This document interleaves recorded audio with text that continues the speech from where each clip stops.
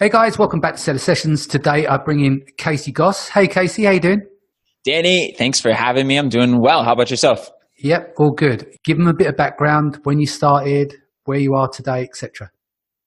Yeah, my name is Casey Gauss, obviously. So I'm 26. I jumped into the Amazon space in 2014, October 2014.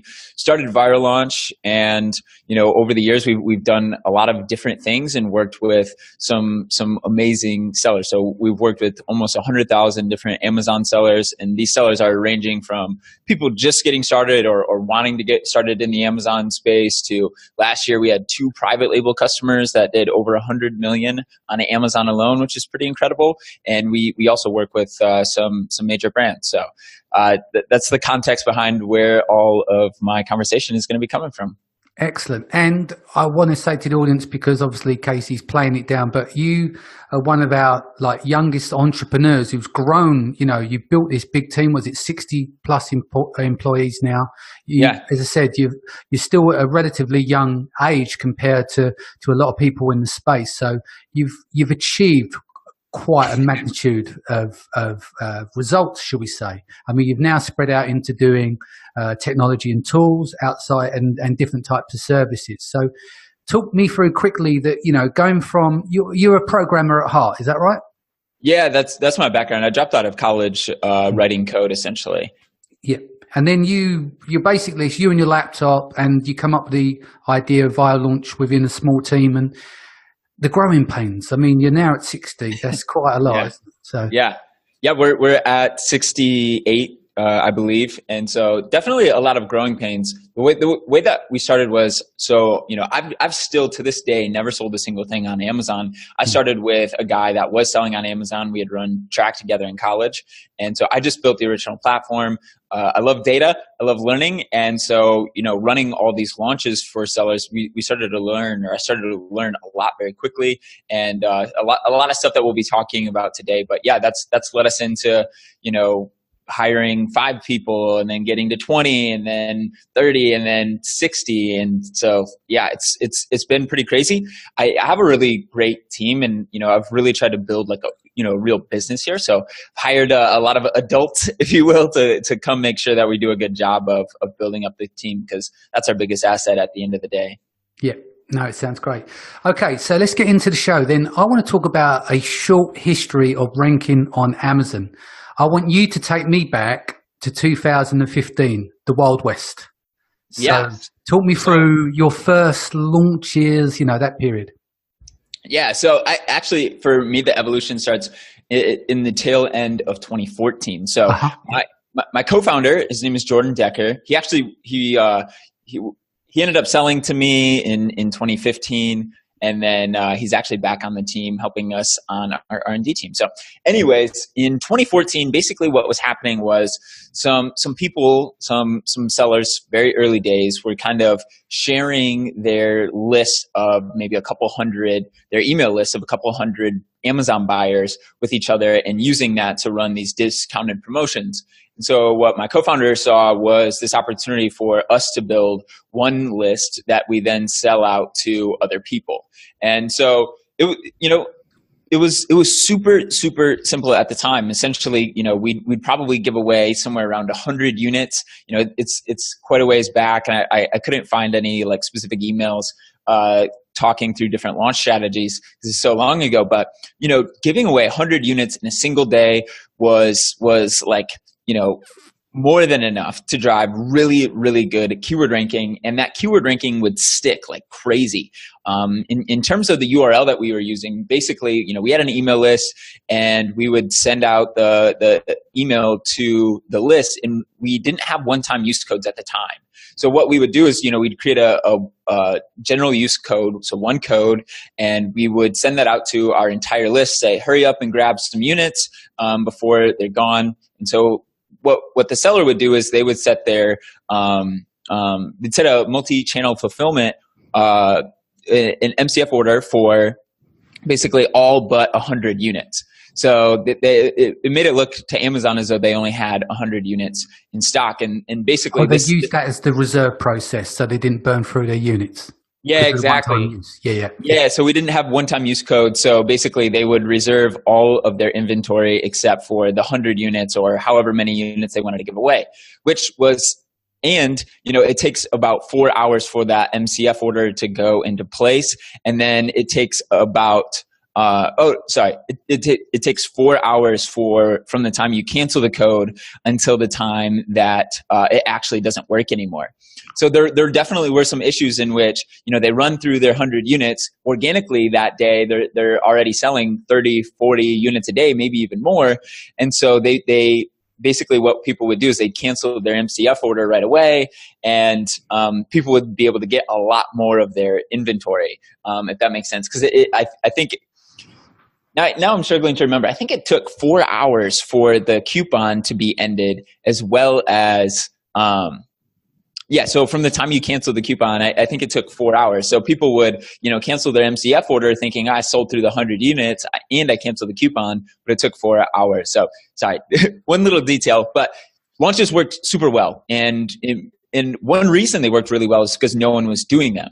And so for the very few people that were doing them, it went like amazing. I know early days, Ryan Moran ran a giveaway with us, and he's like, oh, these kids, they don't really know what they're doing. So maybe I'll be able to sell 100 units, but I don't need to set I don't need to reserve my inventory. And we sold through 900 units in a day. And he was like number 4 bestseller in health and personal care.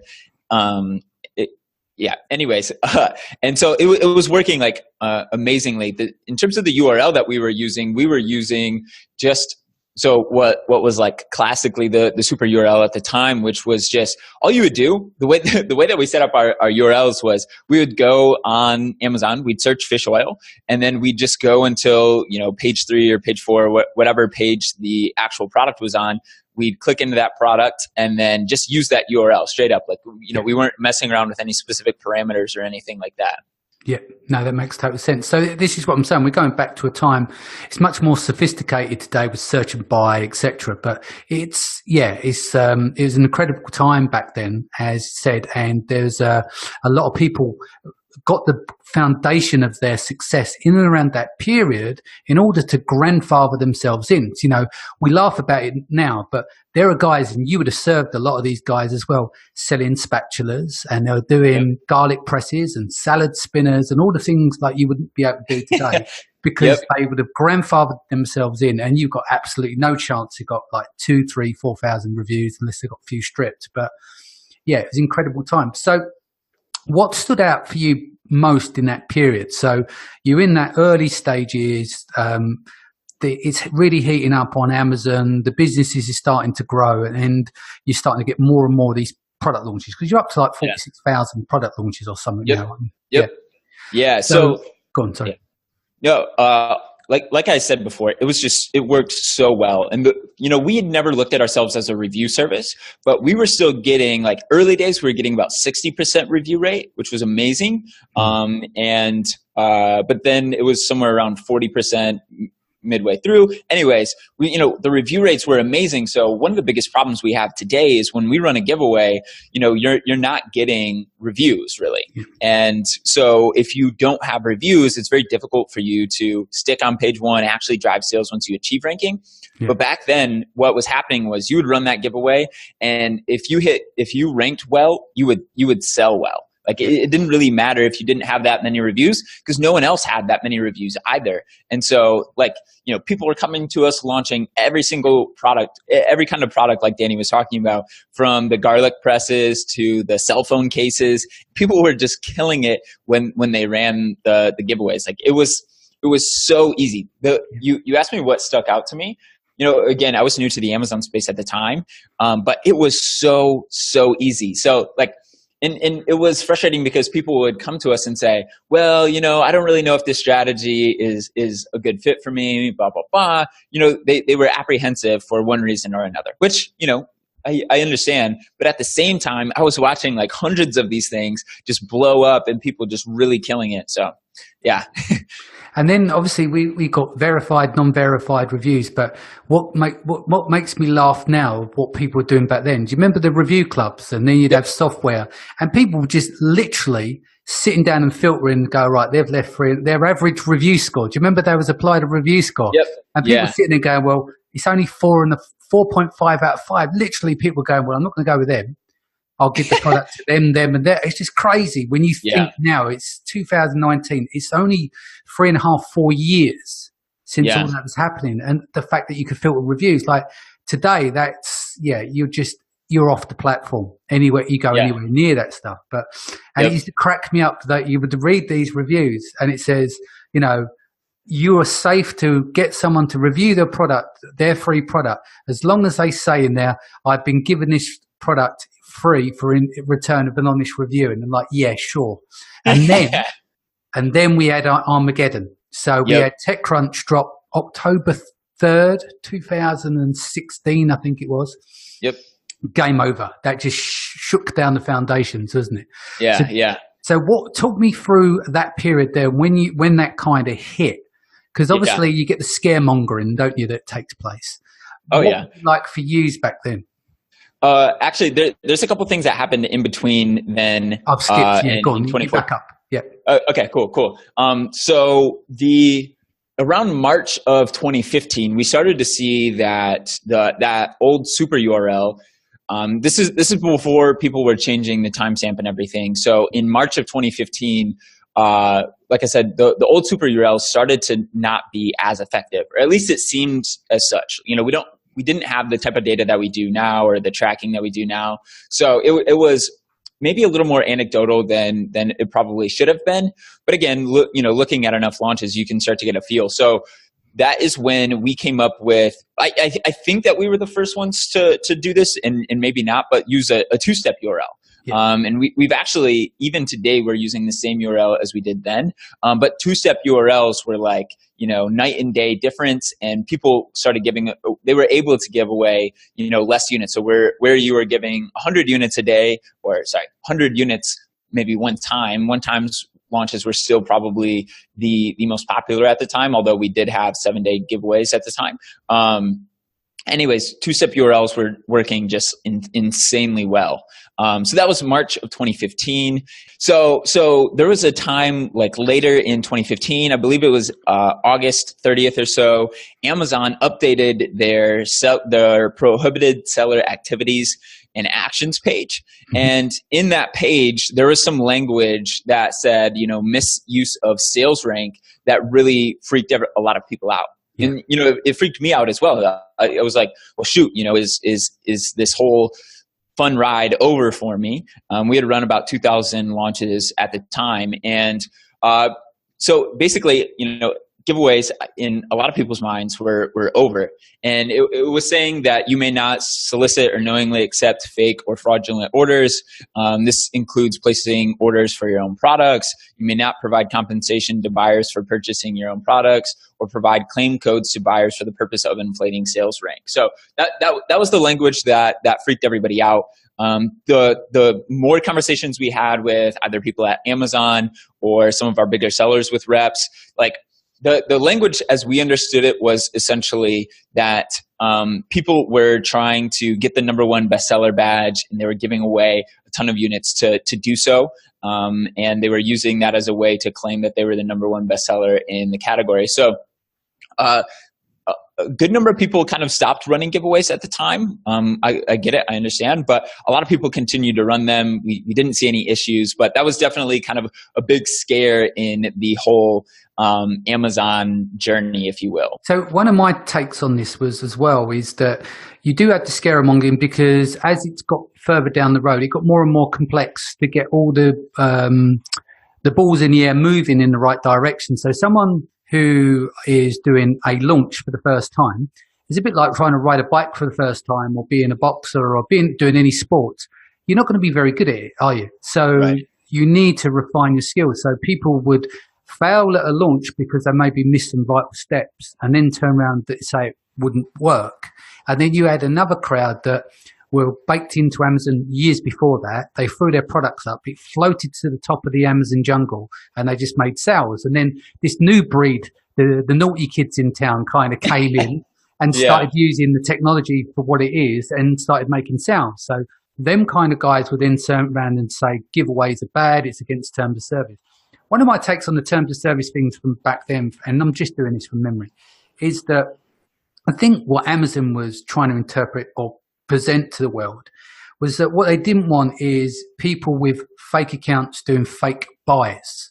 Right. Less so than the coupon codes. Like if they wanted to stop a URL, they would just stop it, wouldn't they? To be non-effective. If they didn't want you to use discount codes, one-time discount codes, they would not provide them for you.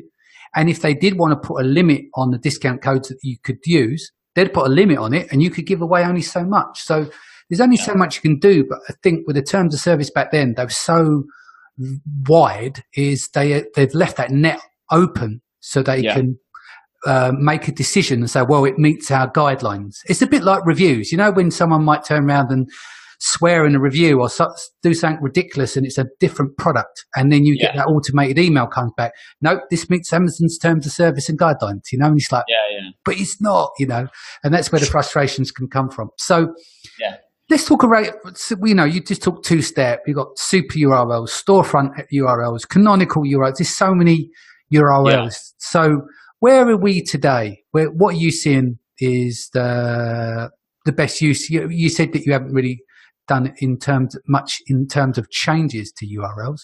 What do you think is the most effective today? Yeah, so I mean, we're constantly testing new URLs. There's things that we do and don't feel comfortable with. So, you know, we continue today to still use the same two-step URL, the brand URL. People have the opportunity when they use Viral Launch to use any kind of URL they wish. You know, the brand URL, the two-step URL that we use is working really well still. So we haven't really had much reason to change. You know, I hear, and from our tests we've seen it, but we haven't run a ton of tests around the search, find, buy process. Frankly, I just don't feel comfortable with using that internally or in our systems. So, you know, I know that it's working. And for those of you who don't know what the search, find, buy method is, essentially, let's say you're selling fish oil again, and you're on page 3. Well, what people will do is they will, you know, just drop you on page 1 for the fish oil, and they'll have, or actually, the real search, find, buy is people will just tell you to go to Amazon, search fish oil, and then go find the product. But there's other URLs like, you know, Zomblast uses, they call it their heat seeker, which will take you to page 3 of fish oil if you're on page 3, and then they have to scroll down and buy the product. So there's a lot. I hear search, find, buy working really well, but you know, at the end of the day, our brand URL is working well, just as well, or really well enough for us. And I feel a lot more comfortable using that. Because essentially all we're doing is, you know, the argument is that we have this brand coming and running a promotion with us, you know, call it Dr. Tobias or whatever. So Dr. Tobias comes to us, they're selling their fish oil. And so we're just filtering in Amazon's results for Dr. Tobias's fish oil, if you will. So again, I feel much more comfortable doing that than saying, you know, go to Amazon, search fish oil. Once you find this product, go and purchase. Yeah, makes sense. And blending this today with PPC, etc. What's your take on things nowadays? You know, to mix up your marketing techniques. Yeah. So one thing I wanted to say is a lot of people don't know this, but only about 8% of Viral Launch's revenue actually comes from giveaways. So this is like a very you know, not a huge part of our business anymore.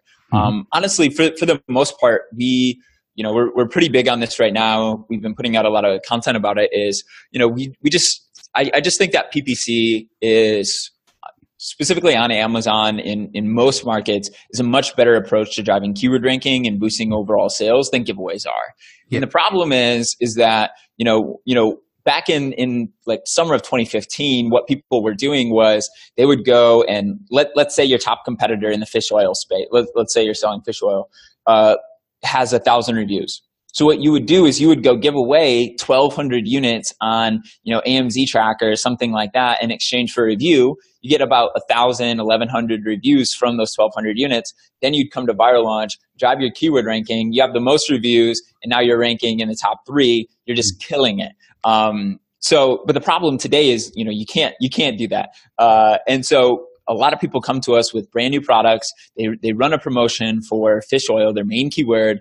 They get ranking, but they just don't sell well because they don't have a competitive offer. When people see your fish oil has 3 reviews and Dr. Tobias's has 11,000, then, people have a hard time purchasing that new product.